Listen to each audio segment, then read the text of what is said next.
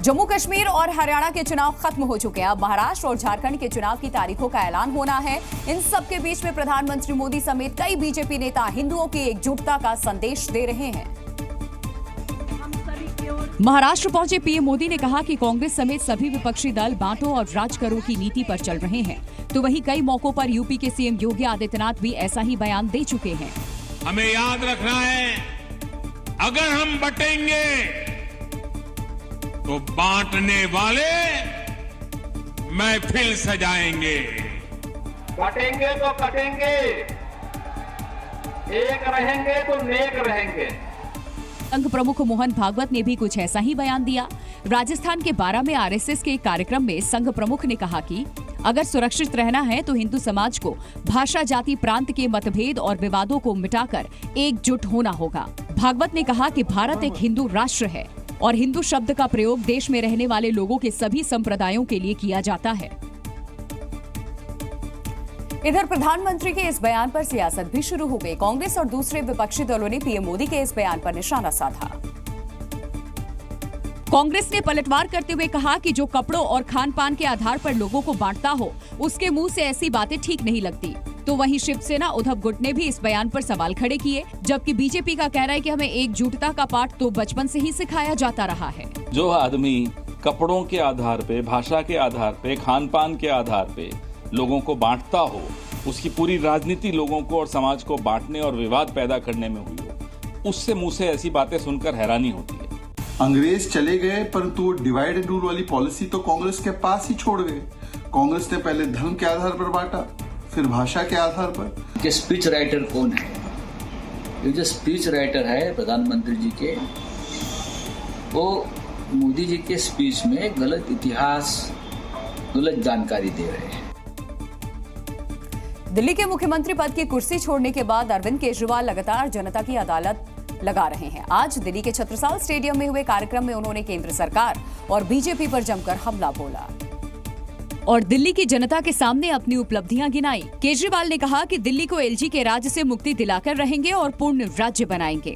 साथ ही केजरीवाल हाथ में रेवड़ी लेकर पहुंचे और कहा कि केजरीवाल ने मुफ्त की रेवड़ी दी है दिल्ली वालों को। साथ ही उन्होंने हरियाणा और जम्मू कश्मीर चुनाव को लेकर एग्जिट पोल अनुमानों पर बीजेपी को घेरा। दोनों राज्यों से भाजपा की डबल इंजन सरकार जा रही है। अब डबल इंजन फेल हो गया देश के अंदर। तो वहीं दूसरी ओर केजरीवाल की जनता की अदालत पर बीजेपी ने निशाना साधा। जनता की अदालत, वो जनता जो ठगी गई, वो जनता जो लूटी गई, वो जनता जो जिसके साथ अरविंद केजरीवाल ने धोखा दिया है, उसकी अदालत है। हरियाणा विधानसभा चुनाव के बाद अब लोगों को 8 अक्टूबर का इंतजार है, जब नतीजों का ऐलान होगा। लेकिन उससे पहले एग्जिट पोल के अनुमानों ने सियासी पारा चढ़ा दिया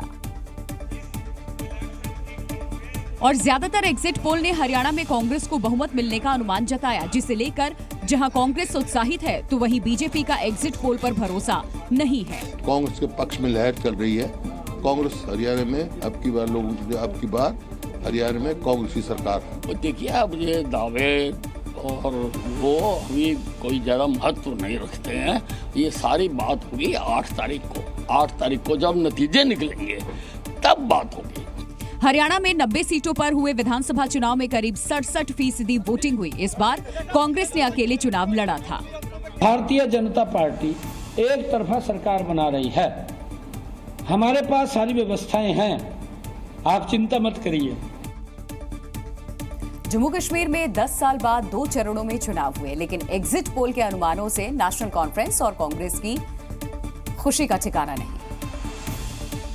ज्यादातर एग्जिट पोल में एनसी कांग्रेस गठबंधन को बहुमत का अनुमान लगाया गया, जिसके बाद गठबंधन खेमे में उत्साह का माहौल है। जम्मू कश्मीर कांग्रेस उम्मीदवारों ने बैठक भी की है और विन का साइन दिखाया। एग्जिट पोल के अनुमानों को देखते हुए पीडीपी ने भी गठबंधन के साथ जाने के संकेत दे दिए, जिस पर नेशनल कॉन्फ्रेंस ने जवाब दिया। काफी लीड कर रही है। अलायंस की like minded party, secular minded लोग हैं, वो इकट्ठे होकर एक सरकार जम्मू कश्मीर का तश्कील देंगे। जो क्लियर मेजॉरिटी आ रही है जम्मू को नेशनल कॉन्फ्रेंस और कांग्रेस की, अगर कोई किसी को और इसमें शामिल करना है, ये हमारी हाईकमान की पावर है, वही कर सकते हैं। तो वहीं दूसरी ओर Bharatiya Janata party exit poll के अनुमानों से इतर जम्मू कश्मीर में सबसे बड़ी पार्टी बनने का दावा कर रही है। नतीजे आएंगे, मुझे पूरा विश्वास है कि भारतीय जनता पार्टी जम्मू कश्मीर की सबसे बड़ी पार्टी बनकर इन चुनावों में उभरेगी। भाजपा दोनों जगह पर पूर्ण बहुमत से सरकार बनाएगी। जनता का आशीर्वाद गरीबों, युवाओं, महिलाओं, किसानों के लिए काम करने वाली भाजपा की सरकार को मिलेगा। बिहार में शराबबंदी को लेकर के सियासत तेज है। जनसुराज पार्टी नेता प्रशांत किशोर ने सरकार बनने पर शराबबंदी खत्म करने की बात कही तो सीएम नीतीश कुमार ने पलटवार किया और जेडीयू कार्यकारिणी की बैठक में उन्होंने प्रशांत किशोर पर निशाना साधा। नीतीश कुमार ने कहा कि कुछ लोग शराबबंदी पर अनाप शनाप बोल रहे हैं।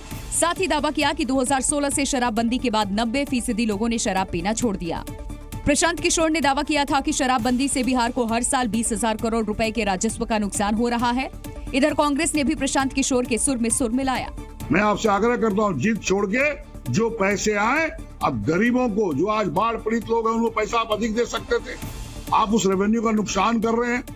दरअसल नीतीश कुमार ने साल 2016 में शराबबंदी लागू की थी, लेकिन उसके बाद बिहार में शराब तस्करी की तमाम खबरें सामने आई। इतना ही नहीं, शराबबंदी के दौरान ही जहरीली शराब से लोगों की मौत होने से भी सवाल खड़े हुए थे।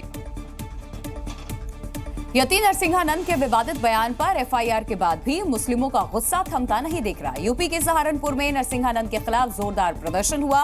इस दौरान भीड़ ने पुलिस पर पथराव कर दिया।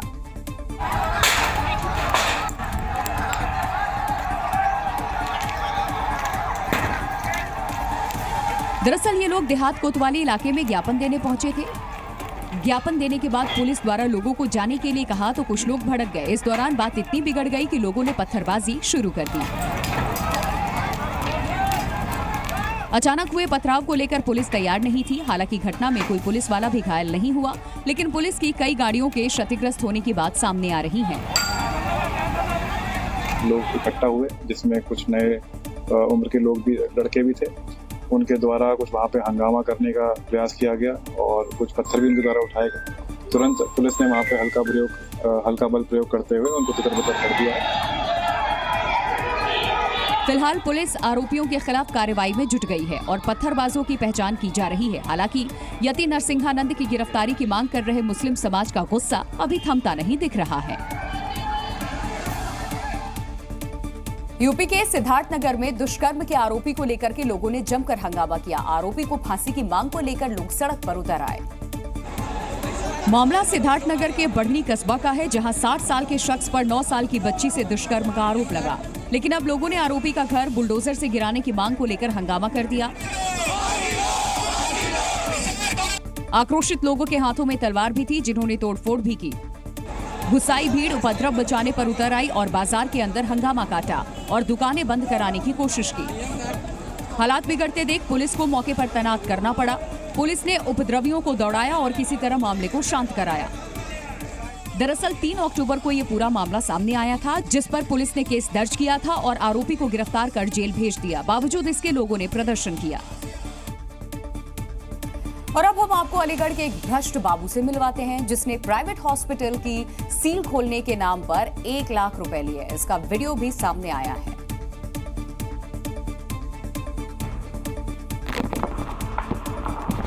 जरा वीडियो में देखिए, बाबूजी बड़ी तसल्ली से करारे नोटों को गिने जा रहे हैं, लेकिन इस बात से बेखबर हैं कि उनकी ये करतूत कैमरे में कैद हो रही है। दरअसल ये वीडियो अलीगढ़ के सीएमओ ऑफिस का है। यहाँ तैनात बाबू रणधीर सिंह पर आरोप है कि उन्होंने 1 लाख रुपए की रिश्वत ली है। इस वीडियो में साफ तौर पर देखा जा सकता है कि बाबू रिश्वत के नोटों को धड़ाधड़ गिन रहा है। जानकारी के मुताबिक सीएमओ कार्यालय के इस बाबू ने एक हॉस्पिटल के रजिस्ट्रेशन करवाने के एवज में 1.5 लाख रुपए की रिश्वत मांगी थी।